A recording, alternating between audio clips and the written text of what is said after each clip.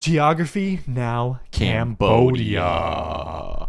It's a country we've never been to, but one we'll probably go to sometime, I would assume, in the next year, to be honest. I mean, it's got, a very big tourist attraction there. But unfortunately, it seems like it's expensive to go to the Angkor Wat. We went to the also very famous tourist attraction, like a big temple like Angkor Wat in Indonesia, and we found out it was like $40 a person, and we skipped it.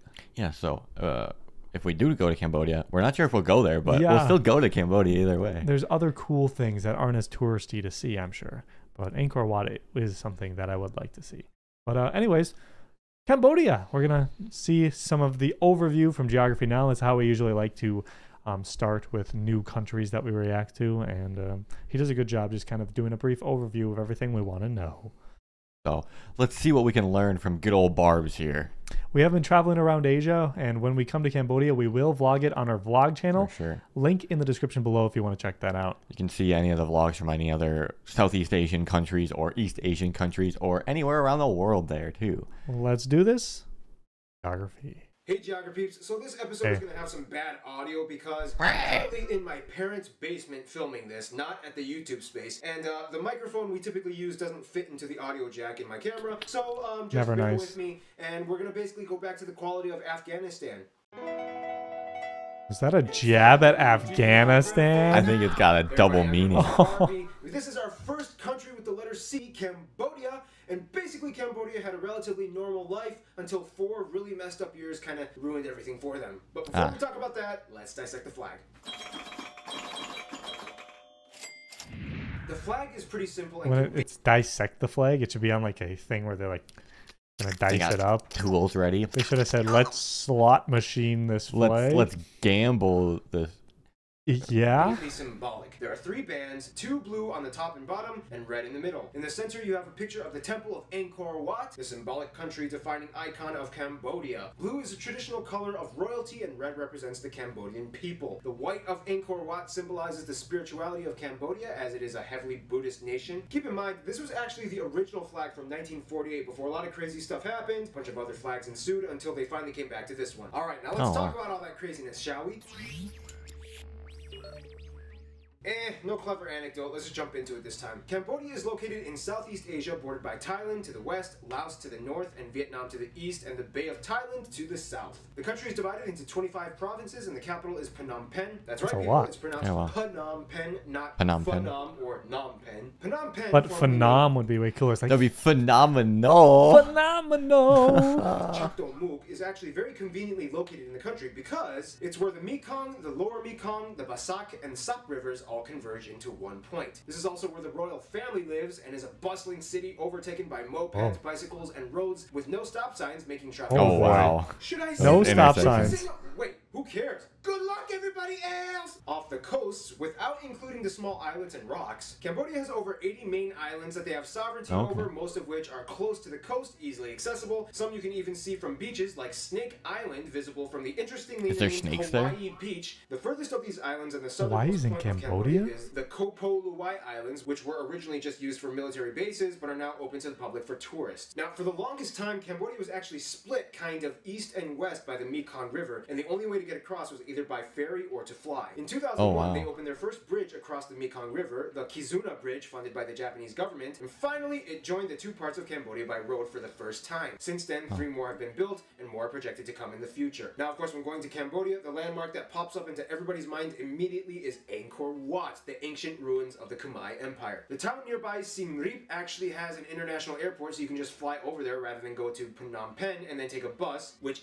by the That's crazy. That place is so famous that there's an international airport. Get their own airport. Wow. By the way, is not really advised because things get a little shady in the rural areas. We'll explain more about that bus, which, by the way, is not really advised because things get a little shady in the rural areas. We'll explain a bus is not advised. Demographics. Just keep walking, bub. You didn't see nothing here. Now, if you look at Angkor Wat, you'll not only notice the stunningly enticing view of botanically dominated temples and pagodas that have trees growing out of them, Oh, that's you'll so also cool. notice that it has these perfectly straight geometric moats and Oh, reservoirs adjacent to the ruins. These were cleverly constructed by the empire to aid irrigation and in return feed an entire city that is speculated to have the largest pre-industrial metropolis in Asia during that time. Otherwise, most areas in Cambodia have villages that function in a subtropical developing way heavily based on the environment. Now let's discuss that environment. Now this is where things get really colorful, because Cambodia is kind of like a landscape marvel. The country is generally characterized as having a low-lying central plain with hilly and light mountainous regions in the southwest. That's a crazy landscape. So crazy that the palm trees are just in the middle of this huge field. So like spread out. They're so skinny, and they're just like little boop. They're like big flowers. Yeah. Beautiful. A low-lying central plain with hilly and light mountainous regions in the southwest, and especially in the border by Vietnam. In this country, rivers are everywhere, and in the top middle corner you can find Tonle Sap, which is the largest freshwater lake in all of Southeast Asia. Tonle Sap expands dramatically in the wet season and is home to an enormous cluster of biodiversity, including over 200 species of freshwater fish, like the giant barbfish, the national fish of Cambodia, that can reach lengths up to 3 meters long. For a freshwater fish? That's insane. It's a river monster. That can reach lengths up to 3 meters long. In your face, Japan, with your yellowfish tuna. This is how we roll in Cambodia. Now, of course, one of the best things about Cambodia would have to be the food. The World Rice Conference actually voted Cambodia as having the best rice in the world 3 years in a row. And here's possibly one of the reasons why. Like many other third world countries, the good thing is that the food is mostly fresh and organic, partially because most people can't afford pesticides. Therefore, almost every time you get a wholesome, pure batch of produce. Now, although fish is the main source of protein that's consumed, the majority of Cambodians are entomophagous, or people who consume insects in their diet. Insects are actually very nutritious, low in fat and carbs, and high in protein, and can be sold at the same weight for the fraction of the price that the mainstream meats would cost for, like beef and chicken. Now, despite the fresh food, Cambodia's economy is actually more heavily dependent on textiles and footwear. Just look at the tag on your shirt. It might just be from Cambodia. Not on our watch. As well as tourism. Hey, Janice, I found Angkor Wat. What? Cambodia still maintains and facilitates elephant sanctuaries for the majestic Asian elephant. It's so happy. In some parts, look at that big smile. Of them as a source of their livelihood, especially when tourists come and kind of want to ride them. Hey, Janice, I'm riding an elephant. What? Now, here's the sad thing. Because of its brutal past that we'll discuss in the next section, UNESCO has actually listed Cambodia as the third most landmine country in the world, with about 4 million landmines that still need to be cleared out from the area. Now, because of this, Cambodia actually has the highest per capita percentage of amputees in the world. Each month, there are about 300 to 700 new amputations due to landmine injuries. The country is slowly trying to fix this problem, but for the time being, the plausible threat still lingers, especially in rural, secluded areas. Now, let's explain more about how this came to be. Never good. Good to know, I guess, if we ever go into the rural areas. If we're ever just like, let's just go walk into this jungle. The fields. We'd be more afraid of like the snakes. We'd be like, oh, is there gonna be a snake out there? A click. We wouldn't know who stepped on it. We'd be like, we just both wouldn't move, and then we'd die of heat exhaustion or something, dehydration. And then it turned out it was just a stick we stepped on. Let's distinguish a few confusing nuances that people seem to have with Cambodia's demographical titles. Now, it's perfectly acceptable to refer to somebody in Cambodia as a Cambodian, and although the term Cambodian is kind of a universally interchangeable term to refer to the Cambodian ethnicity, the technically correct term to refer to the Cambodian ethnicity would be Khmer. Yeah, that's right. All this time you thought it was Khmer, right? No, it's Khmer. The R is silent.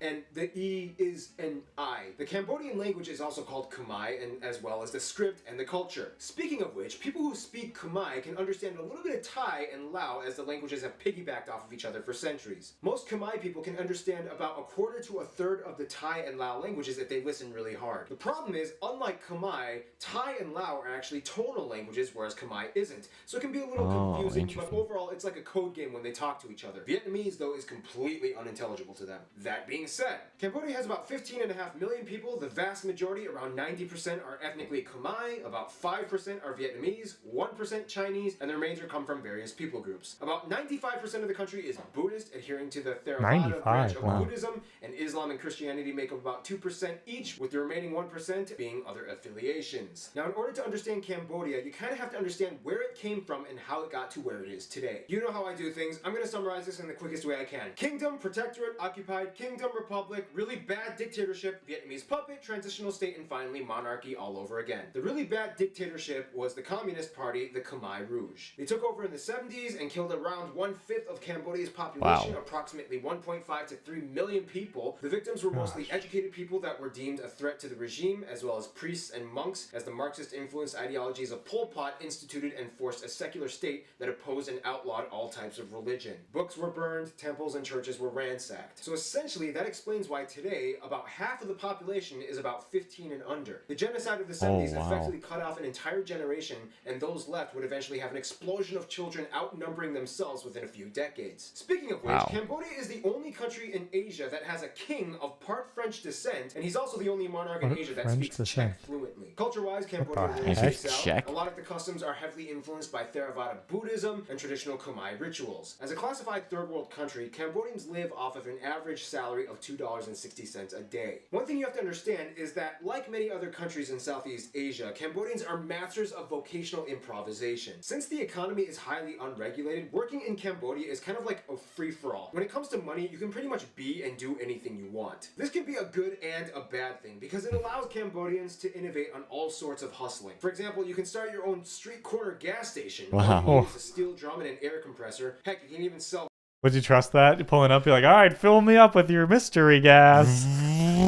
They just make some, I imagine it would make some crazy noises. You'd see the tube going in, and then it would be gas color, and then suddenly it would change for a second. You'd be like, oh.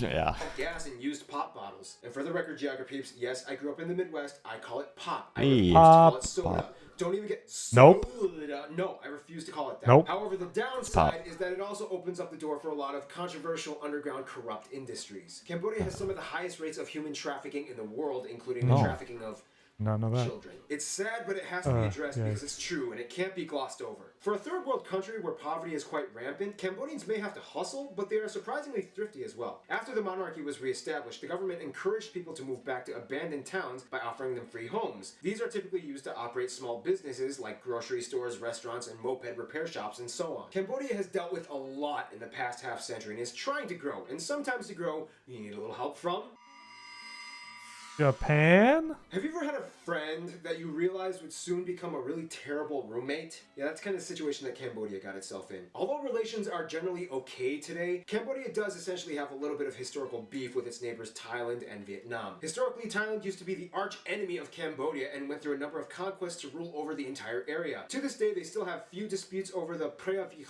province. I hope I pronounced that right, probably not. And about 10 years ago, riots broke out and flags and embassies were burned down as a Thai actress claimed that Angkor Wat belonged to Thailand. Vietnam was like the ulterior motive friend who kept saying, hey, I'll protect you, and in return, I'll just kind of control over you. Cool? France still has relatively good ties with Cambodia and not only has bilateral agreements and embassies, but also helps out with internal development. Many schools and universities are funded by the French and are instructed in French as well. However, due to the tourism sector, Cambodians are favoring English more as a second language rather than French, but they still teach it there. In terms of their best friends, however, Cambodia would actually probably say China, Japan, and South Korea. All three of these countries invest the heaviest in the country's infrastructure, and they have helped build roads, buildings, malls, and business centers all over. Large flocks of Koreans and Japanese regularly visit Cambodia for vacation and are welcomed with open arms. In conclusion, Cambodia is a very vibrant, colorful nation that had a really bad punch to the gut in the 70s, but they didn't throw in the towel just yet, and they're just starting to get their breath back, stand up, and get ready for another round. Stay tuned, Cameroon is coming up next. All right, Cambodia. Lots of brief info to learn there. A lot of brief info. Definitely learned a lot very quickly. Yes, we did. Really didn't know anything about Cambodia other than Angkor Wat, like he said. And he never really has like a specific like travel section on there. So if you guys want to let us know more info about the travel section of things, like when we go there, what to do, what to eat, stuff like that, please let us know. I was thinking we just go directly to the lake and then swim across to try to find one of those giant fish. The Barbie fish, just dive down and just grab it. And then you'd start swimming and it would be like a torpedo and you'd be holding right on. I could do it for sure. We got this. Thanks for watching, everybody. Hopefully you enjoy. Subscribe if you do. Check out that vlog channel. See you in the next one. Bye.